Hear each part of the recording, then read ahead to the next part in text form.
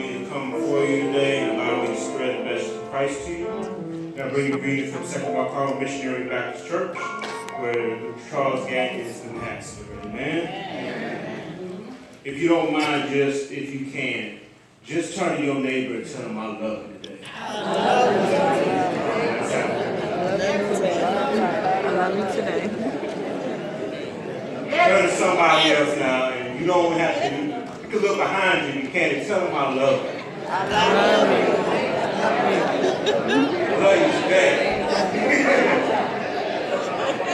Because sometimes people wait to love a little bit, so you gotta ask that question: how you feel about me today? You know? All right. Amen. So I'm not a singer, by the way, so I'm praying that the Lord allows me to at least stay in a tune for 2 seconds. Okay? But no, I can't sing. The Lord didn't give me that one. He gave me a lot of things. He did not give me the voice to sing. But Jesus is on the main line. Tell him what you want. Jesus is on the main line. Tell him what you want. Jesus is on the main line. Tell him what you want. Just call him up and tell him what you want. Call him up, call him up. Tell him what you want. Call him up, call him up. Tell him what you want. Call him up, call him up. Tell him what you want. Just call him up and tell him what you want. If you want your body, tell him what you want. If you want your body, tell him what you want. If you want your body, tell him what you want. Just call him up and tell him what you want. Oh, if you want some power,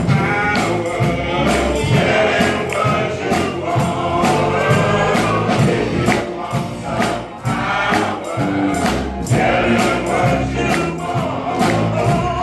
If you want some power, tell him what you want. If you want some power, tell him what you want.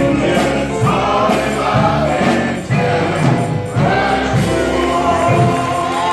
Give God a hand clap of praise. Oh, somebody praise God today. Ain't it great that we have a God that we can call on when we need just a little bit of extra strength? Tylenol can't fix everything. Some strength needs to come from the one who has all power in his hands. Amen. This has been a beautiful week this week. Amen. And it's also been a scary week. Amen. We done seen some great things happen this week. And we've seen some things that was pretty interesting. Amen. We inaugurated a new president. We're going to act like that didn't happen. But we're gonna thank God that it happened anyway. Because we know that if he's in there, then God put him in there. Amen. Even if it ain't the one we like. Amen.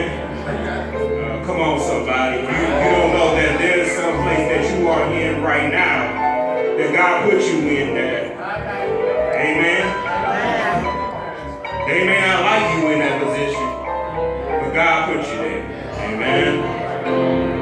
And I just want to encourage each and every last one of you that while we're in these moments, amen, that we don't forget who got us to here.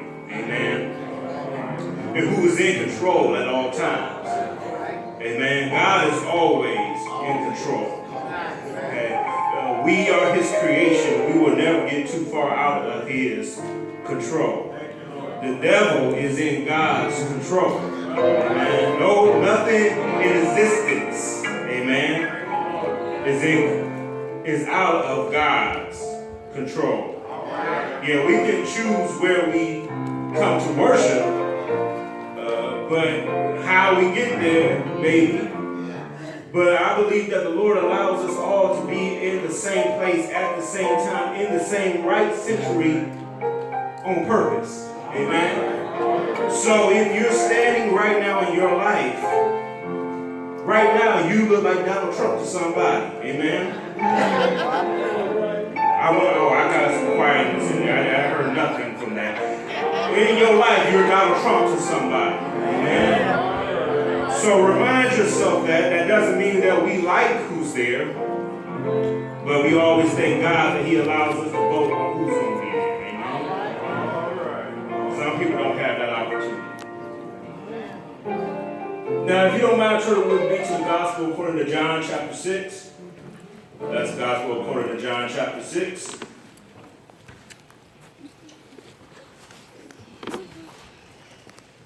Gospel of John chapter 6, and we're going to look at verse 22. And technically through 40, but I'm not going to have you read all that. We're going to isolate verse 26 and 27, but I want you to really take in verse 20 through 22 through 40 because that's where the context is. Amen. Amen. I don't want us to miss anything. Is everybody there? I still hear some pages turning. If you haven't, say amen. Amen. If you're still looking, say I'm still looking. All right, amen. Let's read it together. Verse 26.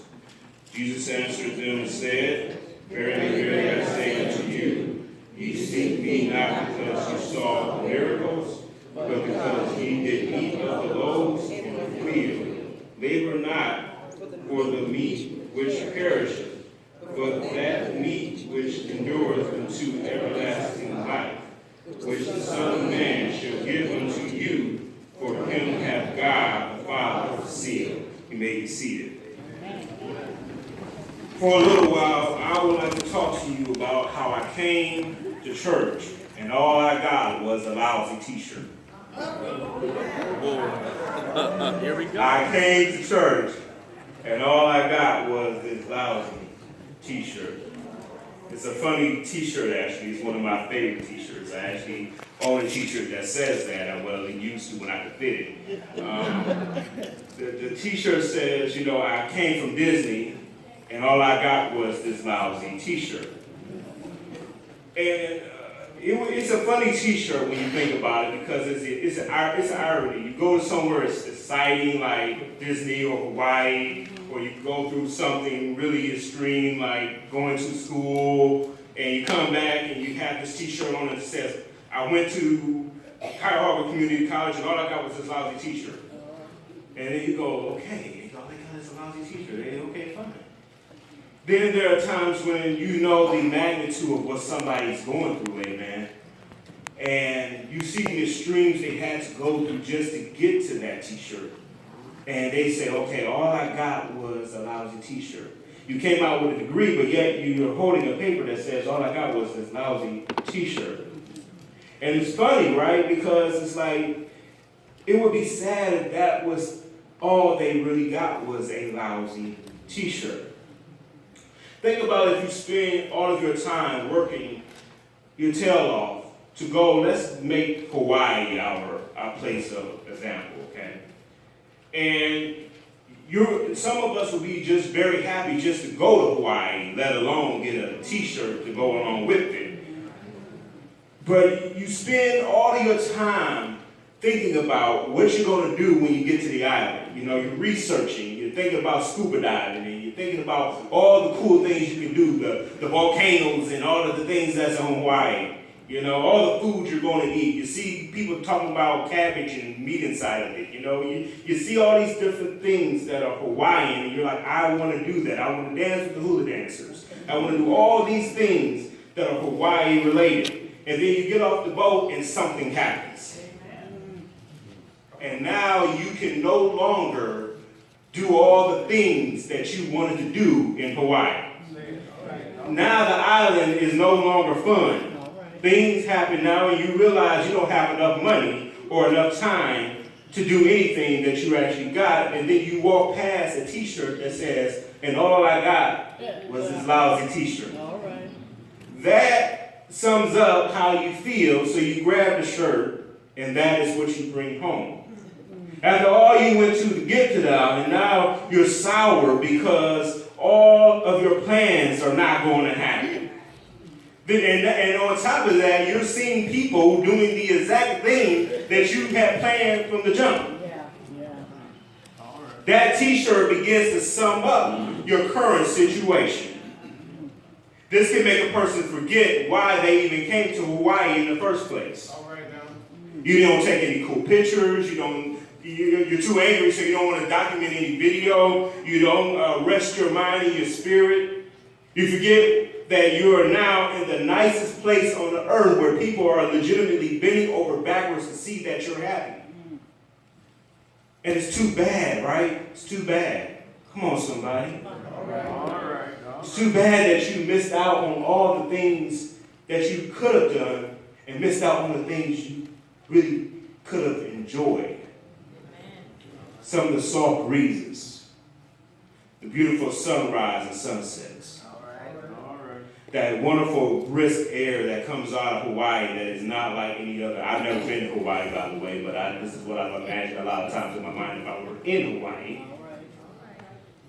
But I've been to Florida, and that's tropical, and I would say there's nothing more beautiful than a Florida sunset. All right. There's nothing more beautiful than being in a place where you're immersed in the wonders and the beauty, and now you look at that place and it becomes a chore or a job. Can you imagine the heartbreak you have when that happens? But this is what Jesus is tackling in this part of chapter 6 of John. Jesus is talking about how we take our focus into the wrong direction. Jesus is at the Sea of Galilee, also known as the Sea of Tiberias, and when a multitude begins to surround him, right? The Bible says that he begins to perform signs and miracles, okay? And he begins by healing the sick and the disease. This group of people were now gathered from what probably were a couple of hundred people have now become 5,000 people. So if you think about it, this room and then more people, okay? And now this had an interesting situation because Christ starts by tempting, well, I won't say tempting, excuse me, let me change that word, by testing his disciples. Okay, that was the Bible that said that. He tests them by asking them, do we have enough money and enough resources to feed these people? Do you see the direness in this situation? You got 5,000 people coming at you, all hungry and ready to eat and are not going home. Could you imagine 5,000 people standing outside your house saying, I'm hungry, and you look in your refrigerator and you only have but so much? All right. And in the middle of all this is Passover, so they are getting ready to do the whole Passover event, but Jesus goes ahead and feeds them with 2 fish and 5 loaves of bread. We all heard the story, right? And along that time, he goes and he notices that the people are about to make him king because Jesus is doing miraculous things, and now they feel they have no need to worry because their physical bodies are taken care of. How many of us have had our needs taken care of, and now we are ready to make Christ king for the wrong reasons? He starts by, he tests the disciples again, and he goes across the river. He goes into the mountain, by the way. Jesus goes into the mountain to pray. Let me not forget that part. And he sends his disciples over the river. And as they're going across the sea, a storm comes up. Now, between Tiberias, or the Sea of Galilee, and where he was standing in Capernaum when they come up to him, that little area between the two is only technically 30 minutes by boat. I did the research. And so 30 minutes by boat, it shouldn't take them, it's not that deep or shallow, but yet it's shallow enough that if a storm rises, you're going to feel it. So the storm that came into the boat was not only just it wasn't a normal storm. This storm was bigger than anything they had normally experienced. Okay, because if you know that it only takes you 30 minutes across the water, even if the storm rises, I can just, weave my way through the storm and I'll be just fine. But they come up on the other side, and I don't want to get too close to the water because we don't want to talk about that. That's another time. Jesus comes and walks on the water, and he performs a new miracle, testing the faith of his disciples once more. Now, when he gets on the other side, the people see the boat there, but they didn't know that Christ got there, and they were wondering when they got there, how did Christ get there? So he performed two miracles to them. First miracle is what? He performed the food, he provided their personal needs, and two, he got somewhere before they could. Ain't that beautiful? Not only does he provide for you, but he gets to somewhere that you're trying to get to before you do, so he can make sure that everything is okay before you get there. And if you make and meet a storm, he's in the boat with you on your way to where you need to go, so he can really show you what he's really capable of. God is everywhere. God can take you anywhere. He can get you to any point, and he can bring you out even in the midst of a storm. Amen. So no matter what you're going through today, I don't want you to worry about what you're living with. God is already at your problem before you got it. Give God a hand.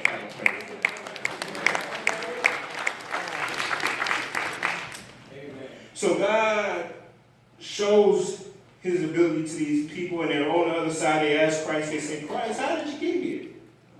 Because I would have asked the same thing. If I just saw you on the other side of the river, I would have asked the same question. Said, man, I just saw you over here. How did you get over there? Okay, fine. So, Lord, can we follow you then? I'm going to follow up with Jesus. And these people are seeing these things, and let's see what happens. The following morning, the people see the boat of the disciples, and nevertheless, they got in their boats and took their trip to allow them. They went there 30 minutes. Jesus waited on them. Isn't that nice? Christ was willing to wait. All right. Jesus, simply because they had received that meal, he knew that they were coming. But Jesus needed to educate them in a way that explained to them the severity of their situation.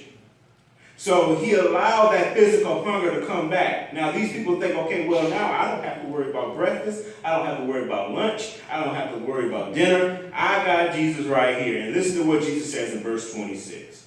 Jesus answers and says, verily, I tell you, you are looking for me, not because you saw the signs I performed, but because you ate the loaves and had your fill. These men came to Jesus not because of his redemption blood. They didn't come to him out of love, but because they felt if they stuck it out with Jesus, they would no longer have to worry about physical food. They didn't have to worry about whether the lights were going to get paid. They didn't care about that no more because they know if I hang around Jesus, listen to some fancy speeches, watch him heal some sick people, all I have to do is sit here and wait, and I'll be just fine. I don't even have to worry about getting sick because look what he did to all these diseased people. So my body will be taken care of. My food will be taken care of. So I have shelter and food. I don't need anything else. All right. How many of us come to church to fulfill the need? Raise your hand. I can raise my hand. We all come for a reason, right? Psychological, emotional, physical. Some people come to church because they're lonely, right? They need somebody to talk to. This is where all their friends are, Some people come because they see their friends have come here, and it seems to be nice people. So just like any club, if you see a club and you like the club, you join the club, right? They say, I'll join too. Yeah, this is a great place. Yeah, everybody knows my name. Cheers. Some people come to church to hear the latest gossip stories, Church is their favorite soap opera, Everything that happens is there. They see brother so-and-so has marriage issues. They're hearing about all the things that sister so-and-so was at last night. It's a whole lot of fun in church because there's nothing but stories. Some people come to church to get away from home issues. The lights are off, so there's no TV. Church got something going on. Some people come to church because it's a coping mechanism. There ain't nothing wrong with that. It's good to come to church when you know you're sad and you're depressed. You've been through a lot, and you don't know where someone is at. The church is a beautiful place to get those things out and to get understanding on how to deal with an issue. Amen. So there's nothing wrong with coming to church to get a good cry. I know I come to church to get a good cry. All right. All right. Well. Sometimes you can't let out emotions around your family the way you want to, so you have to go to somewhere else to get it. And sometimes the best place to come is church, right? All right. Then there are people who like to serve the community. They're community activists. So they like to come to church because they know at church they feed the hungry, they give clothes to the needy. Amen. Flip that coin, there are people who come just for the resources. They come to get food, they come to get clothes, they come to get information and resources of some kind. All right. Then there are some people who come to church because their favorite person's here, you know. And when I go to church, I'm not going to lie, can't wait to see one of my favorite people. I call her grandma. That's my grandma. When I go there, I go to see her sometimes. Because I know she's going to be there, amen. There are some people that literally come to church because they love church. You know, they love how church works. They like the fact that they have these fancy pews. They love the fact that there are deacons. They love the ministry. They love, singing in the choir. They love being involved in everything. They go to every funeral. They're at every wedding. They call every person on the sick list. They love church. Church is their thing. Like, that's their go-to item for their life. And there's nothing wrong with that if that's what you're here for. I'm not ragging on it. It's awesome. But there's people who are here just for that reason. But I promise you, everyone here has a reason to be in these pews. And it would be a shame, it would be a crime, it would be a travesty if you were in these chairs and you got to the end of your journey and all you got was a lousy t-shirt. Take whatever you come to church for and throw lousy t-shirt in its place. Because that is what it is the equivalent, if that is the only reason why you're in these chairs. Jesus says to them, don't work for food that spoils. See, they were already there thinking that at that time that if I come to Jesus and I sit right here, I'm with Jesus, I'm fine, I'm good, I don't need anything else. And Jesus is saying, wait, your soul, there's a problem with your soul. You're worried about how good the food was. Thank you for staying for the meal, but stay for the Jesus because there's something wrong with your soul. We come to church with the idea that there's nothing wrong with me. I'm just fine. Everything looks good. My house is in order. I see my kids playing. My food is in my refrigerator. My car works just fine. And I come to church just to show how good God has been. But I forgot that there was something wrong with my soul. I sing my heart out every Sunday for a lousy t-shirt. I bawl my eyes out every Sunday for a lousy t-shirt. I even serve in other big organizations for a lousy t-shirt. Wouldn't it be a shame if you went to your job and at the end of your job, out of all the work that you get and all the things that you do and how often you go down to do your best for them and they give you nothing but a lousy t-shirt. No paycheck, no dollar signs, nothing. All they give you is a lousy t-shirt. No good t-shirt. Can't spend it t-shirt. Oh, I'm by myself in here today. Shouting up the church for a lousy t-shirt. Screaming your lungs out for a lousy t-shirt. And you say, well, where did the t-shirt come from? Why am I even wearing this t-shirt? Well, a long time ago, there was a man by the name of Adam and a woman by the name of Eve. They both disobeyed God, and because of their disobedience, we have been given a guilty sentence at the very moment of our birth. David said, in my mother's womb, in sin my mother conceived me. Amen? I want to make sure I got that right. See, everybody is here for a reason. Problems, no matter how long they seem, are temporary. Good times are temporary. Great meals are temporary. And as soon as you eat them, sooner or later, you will lose them. Light bulbs burst. Music dies. These bodies, they're young 1 minute and then they get old the next. Youth goes away. Friends are few today and many tomorrow, but then they can be few again the next day. Bills are piled up. Today, it can get paid or they go away in 7 years. Either way, you are out of a bill in 7 days. Everything on this life is temporary. Nothing that you have on this side is going to last. Jesus is telling them this. All right.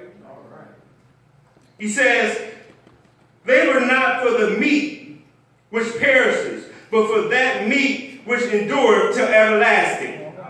Another thing on this side is great. If you don't know, everybody's t-shirt that you're wearing that you got at birth is filled already with all the stains of everything you've done since the moment you've been born.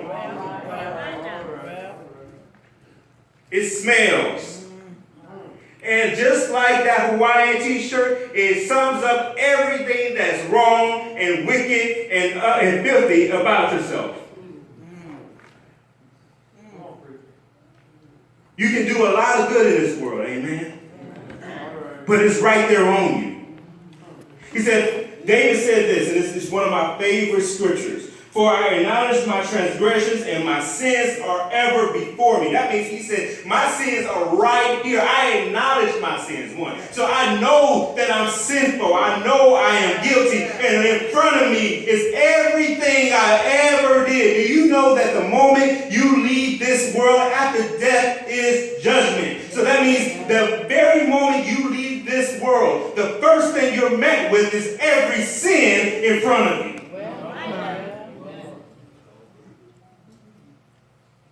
You can't take it off on your own. You can try. There's a lot of tryers. They're doing a good job too. You can't dry clean it. There ain't no dry cleaner for that t-shirt. Tide can't treat it. OxyClean can't lift it. Bleach is making it worse. Everyone here is guilty of sin. Amen. 1 John chapter 1 verse 8 says, if we say that we have no sin, that's from the pulpit all the way to the aisle. If we say we have no sin, we deceive ourselves, and the truth is where? Not in us. Turn to your neighbor and say, it ain't in you.